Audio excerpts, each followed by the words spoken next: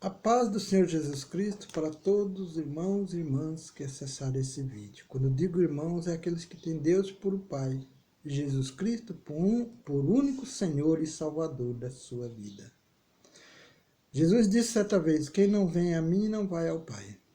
Precisamos ser discípulos de Jesus para depois ser discípulos de Deus, filhos de Deus.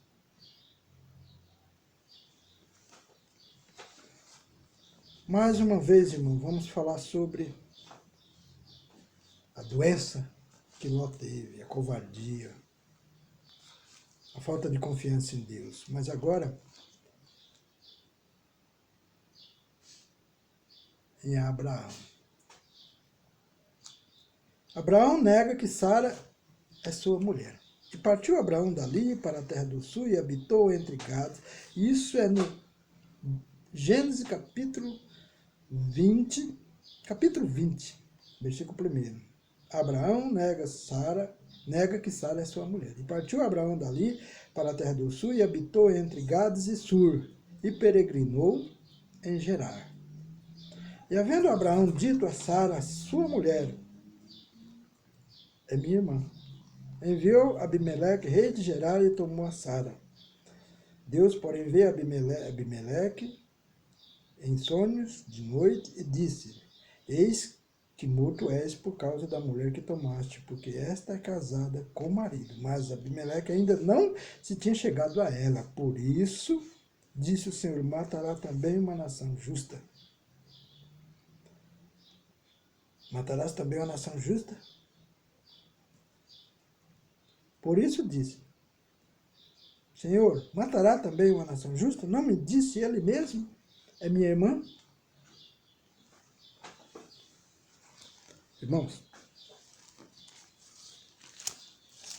Deus fez o que com Abraão no início? Vamos observar? Deus faz o quê? Deus manda ele sair da parentela dele, não é?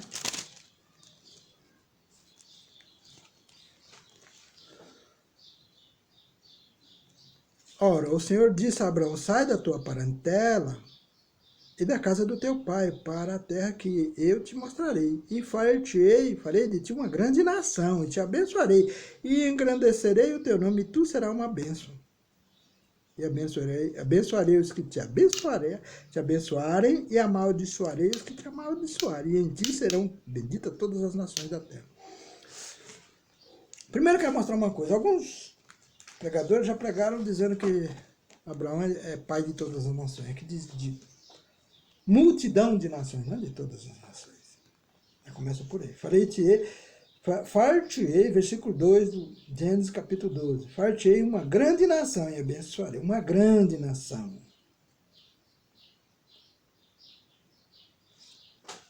Viu? Mas Abraão vai negar a esposa. Deus tinha feito dele já uma grande nação. Tinha abençoado ele. Para nós que vivemos na carne, sabemos que para ter uma grande nação é preciso nascer bastante gente, né? Muitos filhos. É óbvio, né? Mas a peregrinação pelo deserto, os problemas, enfraqueceram a fé de Abraão. Isso é normal do ser humano. Se esquecer das coisas. E principalmente agora se esquecer de uma promessa de Deus, do Criador de todas as coisas. Mas ele se esqueceu.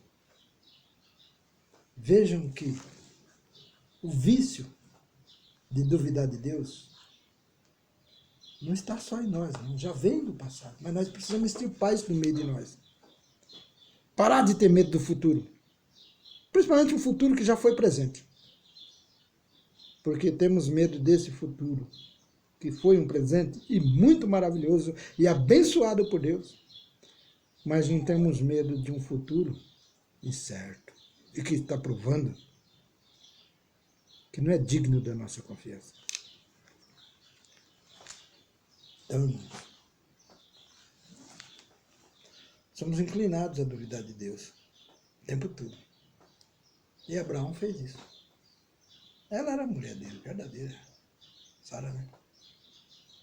Era filha dele. uma das filhas de seu pai, com outras mulheres, não da mesma mãe. Porém, ele estava tratando com Deus. Não é normal duvidar de quem tudo fez, tudo criou, do dono da criação. É próprio da fraqueza dos pecadores, que somos nós. Por isso eu bato tanto nessa tecla, irmãos. Porque nós, os evangélicos, estamos crescendo de uma forma tão grande, tão abençoada por Deus, mas não estamos usando essas bênçãos para abençoar a nossa nação. Estamos colocando o nosso preconceito. Veja que um crente entra numa igreja e atira no outro crente porque discutiu com o pastor. Aí você fala, mas ele era policial. Era o único que estava armado naquela igreja, não era? Então, assim, um policial quer ser crente, enquanto ele estiver do portão da igreja para fora, ele é o policial. Mas quando ele entrar dentro da igreja, ele deixa de ser polícia, deixa de ser autoridade. Ele vai ser discípulo. E não é culpa do crente que atirou, não, porque ele está ouvindo essas pregações do policial. É culpa de quem prega. Eu já ouvi pregações, estou em igreja, que o pastor fala, estamos cheios de autoridades aqui, o polícia não sei da quanto, o delegado, não sei o quê. A única autoridade dentro da igreja é Jesus Cristo. Nem um pastor. O pastor só é autoridade por permissão de Jesus. Porque quando ele perde a comunhão com Jesus, ele deixa de ser autoridade dentro da igreja. Pode ser autoridade para os homens em qualquer área da vida.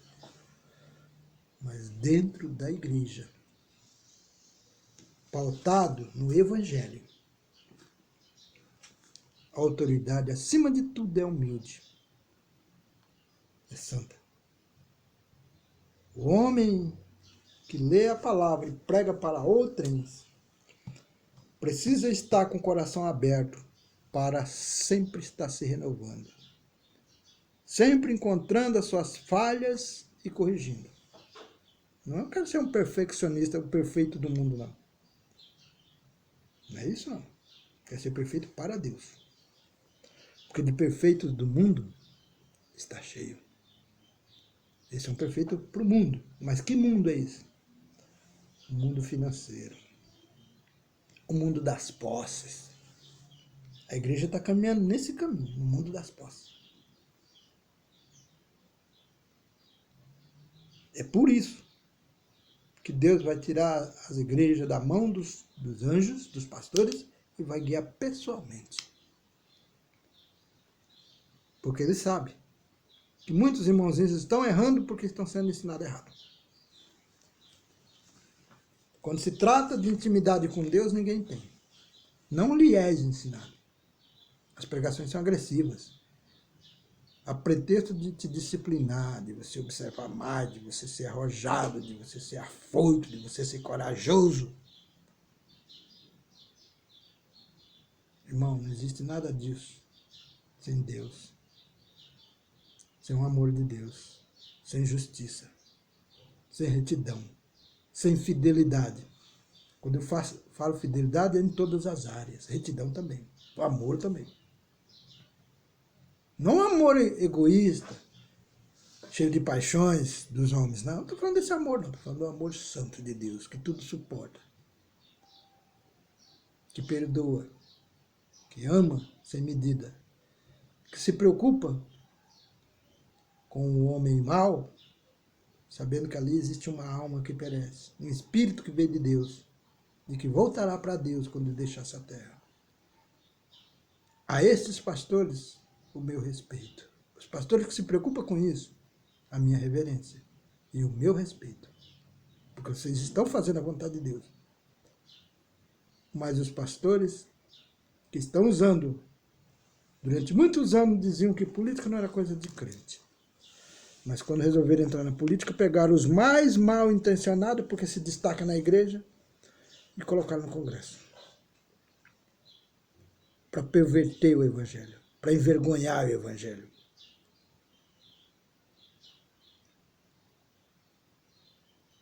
Não é isso que é o Evangelho. A Bíblia não caminha, o Evangelho não caminha sem a política. E a política não caminha sem o Evangelho. Enquanto as trevas continuar enganando as gerações que chegam na Terra, porque quando você envelhece, você descobre isso, irmão. Só que você já viveu uma vida tão errante que você fala, não dá mais, se acomoda. Ah, como diz os homens, né? Burro velho não aprende mais nada. Se estiver na cangaia, é só cangaia. Se estiver no arado, é só no arado. Nós não somos burros e nem velhos. Porque a carne envelhece, mas somos servos de Deus. E o servo de Deus, quanto mais a carne dele envelhece, mais o espírito e a alma se renovam. Porque ele busca conhecimento de Deus para compartilhar com o seu irmão, para viver. Porque a Bíblia é isso, você busca conhecimento, depois vive. Busca aqui e pratica com a convivência com os irmãos. Não significa que se você estiver fazendo isso, você não vai errar, não. Nós nascemos do pecado. Então vamos errar. Mas vai ser bem menos. E vamos ser compreendidos como homens, seres humanos falhos.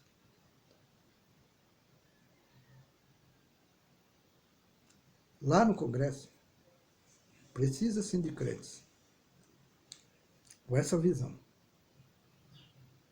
Lá no Congresso, precisa sim de evangélicos. Para defender o propósito de Deus. Não usar a palavra para se enriquecer, adquirir poderes e se achar que são os donos dos povos. Vocês não são donos de nada. Tudo é passageiro. Tudo termina lá no cemitério. Com um monte de terra na cara. Eu e você. Mas naquele momento, até chegar aquele momento, precisamos fazer boas obras. Aí vem o crente covarde, porque é o covarde. Que não conhece a palavra e quer ensinar. Não é pelas obras que você é salvo, porque Jesus disse certa vez. Alguém estava se justificando que fazia muitas obras e ia ser salvo. Ele disse isso para os discípulos e para os fariseus. Mas a fé sem obra é morta. E Jesus ainda disse mais. Praticais a caridade, porque a caridade aplaca multidões de pecado. A caridade elimina multidões de pecado. A filosofia hoje é que a igreja só recebe recursos, mas não dá. Esses que estão na liderança com esse pensamento não estão fazendo a vontade de Deus. Por ignorância ou porque já se corromperam e estão cegos. Mas você, meu irmãozinho, lembre-se, assim como Ló duvidou de Deus, não quis ir para onde Deus mandou, lá ele seria abençoado, assim como eu estou no meu emprego até hoje. 5 anos. 5 anos abençoado. Em tudo que eu faço. Também, Abraão fez a mesma. Isaac também abandonou a esposa. Você vai ver lá o rei falando, da tua irmã, estão se beijando, querendo marido de mulher, por que ele falou? Você vai ver lá na frente. Está na hora de nós terminarmos com isso. E verdadeiramente caminhar como homens e mulheres confiando em Deus. O que Ele mandar, você faz. Sem questionar, sem duvidar, sem ter medo. Sem ter medo da própria morte, porque ela não existe aonde Deus existe. A morte não existe para Deus. Pois ele diz, para mim todos vivem. Todos ele diz, pecador, não pecador, o que anda na presença dele, o que é corrupto, o que já morreu. Mas ele morreu como ele vive. Tá lá, mas ele vive. Para Deus, todos vivem. Vivem. Precisamos, quando colocar alguém, seja numa empresa, numa escola, para administrar uma escola, uma entidade pública, departamento público, ou qualquer cargo que dá autoridade para alguém liderar as massas, as multidões, precisamos observar se essa árvore já deu bom fruto. Se não deu, precisamos observar o comportamento dessa árvore. E quando damos oportunidade, observar o que ele está fazendo. A árvore que dá bons frutos, ela não vai lá na tua casa dizer, eu estou florando, daqui 15 dias eu vou dar fruto, e ficar fazendo propaganda, não. Ela fica quietinha, você vê a flor, você vê o fruto pequenininho, daqui a pouco ele está maduro, você vai lá e colhe. Essas árvores que estão aí dando fruto, fruto de espinhos, de mentiras, de acusações, não são boas árvores e não dão bons frutos. E nós, crentes, não sabemos discernir isso. Porque se soubéssemos, esse golpe de 2015 não tinha acontecido.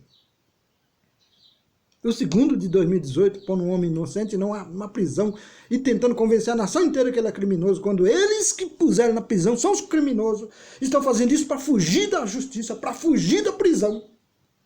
E usando a sua consciência e o seu voto. E você não observa. Eles não só fazem isso, depois eles se voltam contra você. Porque é isso que eles fazem. Eles te usam para depois te escravizar. Irmãos, eu e você não somos burros, não precisamos andar com diploma de burro e um título de eleitor, como disse o nosso excelentíssimo presidente Jair Messias Bolsonaro, que trabalhador, porque ele diz pobre, para mim pobre é o diabo. Mas no Brasil, os trabalhadores vivem na margem da pobreza. Isso é porque eles acham que devemos ser assim, porque na cabeça dele é diploma de burro no bolso e no outro bolso o título de eleitor. O que ele está dizendo? Quando ele ganhar, quando a turma dele tiver o poder como estão agora, ele não vai te dar a oportunidade de aprender, estudar, fazer faculdade, não. Ele quer você ignorante, quer você sem estudo, sem capacitação profissional, para poder te chamar de burro. E quando você reclamar, ele fala, você não luta. Você luta, meu irmão. Mas as portas estão todas fechadas. E as portas que Deus abre, tá lá os nossos líderes evangélicos, espirituais, sugando como parasitas, ao invés de guiar as nações e libertá-las para uma nação justa, honesta, em paz, cheia de amor, justiça, respeito, que chora com a dor do seu próximo, que sorri com a alegria do seu próximo e que sabe que para Deus ele é igual a todos, seja lá na presidência da República, ou seja lá no porão de um prédio, catando os lixos do prédio, das faxinas, juntando e sacando o lixo do prédio, da sujeira do prédio. Todos somos iguais. Enquanto nós, os crentes, não entendermos isso, está ficando pior. Porque eles usam a palavra de Deus para te convencer que eles estão certos. O cabra fala assim, não, mas aqui é santo. Nós somos santos, não podemos votar no Lula. Quem votar não toma ceia. Se eu descobrir, está proibido de tomar ceia. Vai punir? E eu respeito. E gosto de tomar ceia, que o pastor me dê a ceia, a pastora, meus irmãozinhos, que eu também já distribuí muita ceia.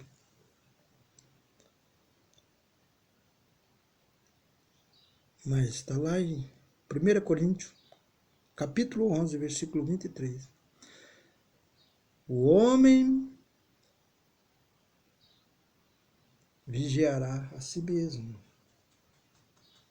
corrigirá a si mesmo. Depois toma a ceia. Assim, primeiro capítulo, 1 Coríntios, capítulo 11, versículo 23. 1 Coríntios, capítulo 11, versículo 23. Aqui, ó. Olha como está escrito em 1 Coríntios. Capítulo 11, versículo 23.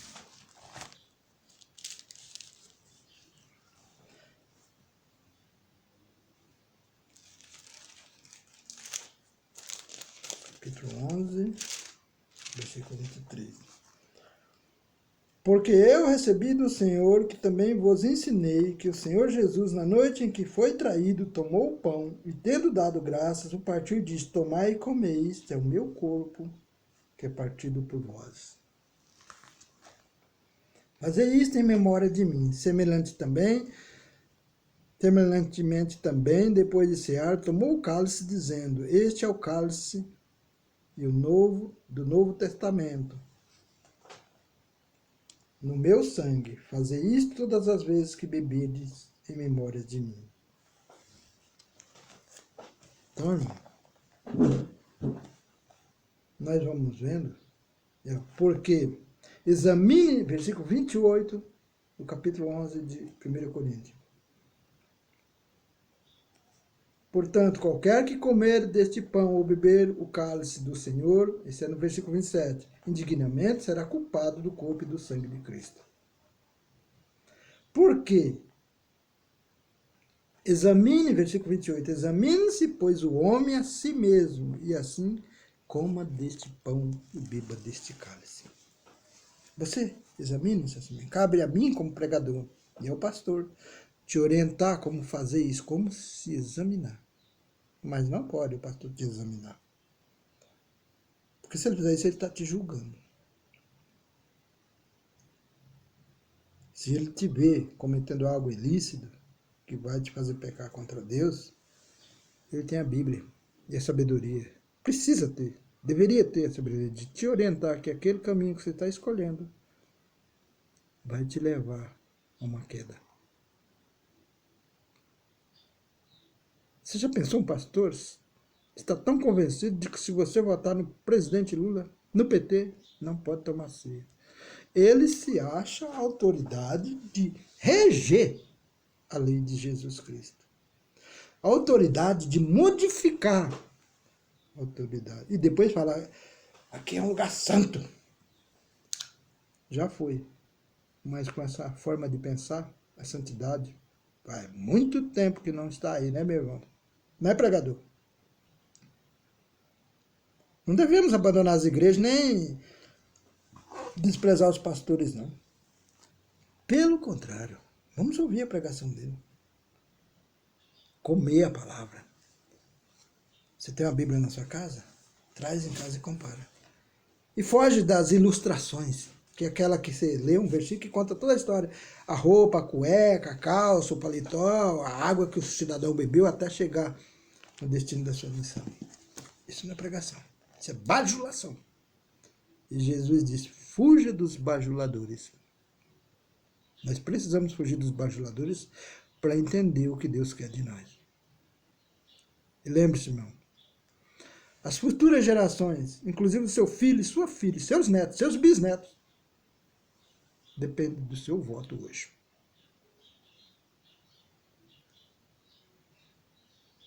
E o que foi eleito precisa governar, olhando para os trabalhadores. São esses que fizeram essa nação crescer. Foram os escravos, que nós temos uma dívida imensa histórica. E os trabalhadores brasileiros, que a dívida é quase impagável. E se continuar desse jeito que estamos, vai se tornar impagável. Não existe nação forte sem povo forte.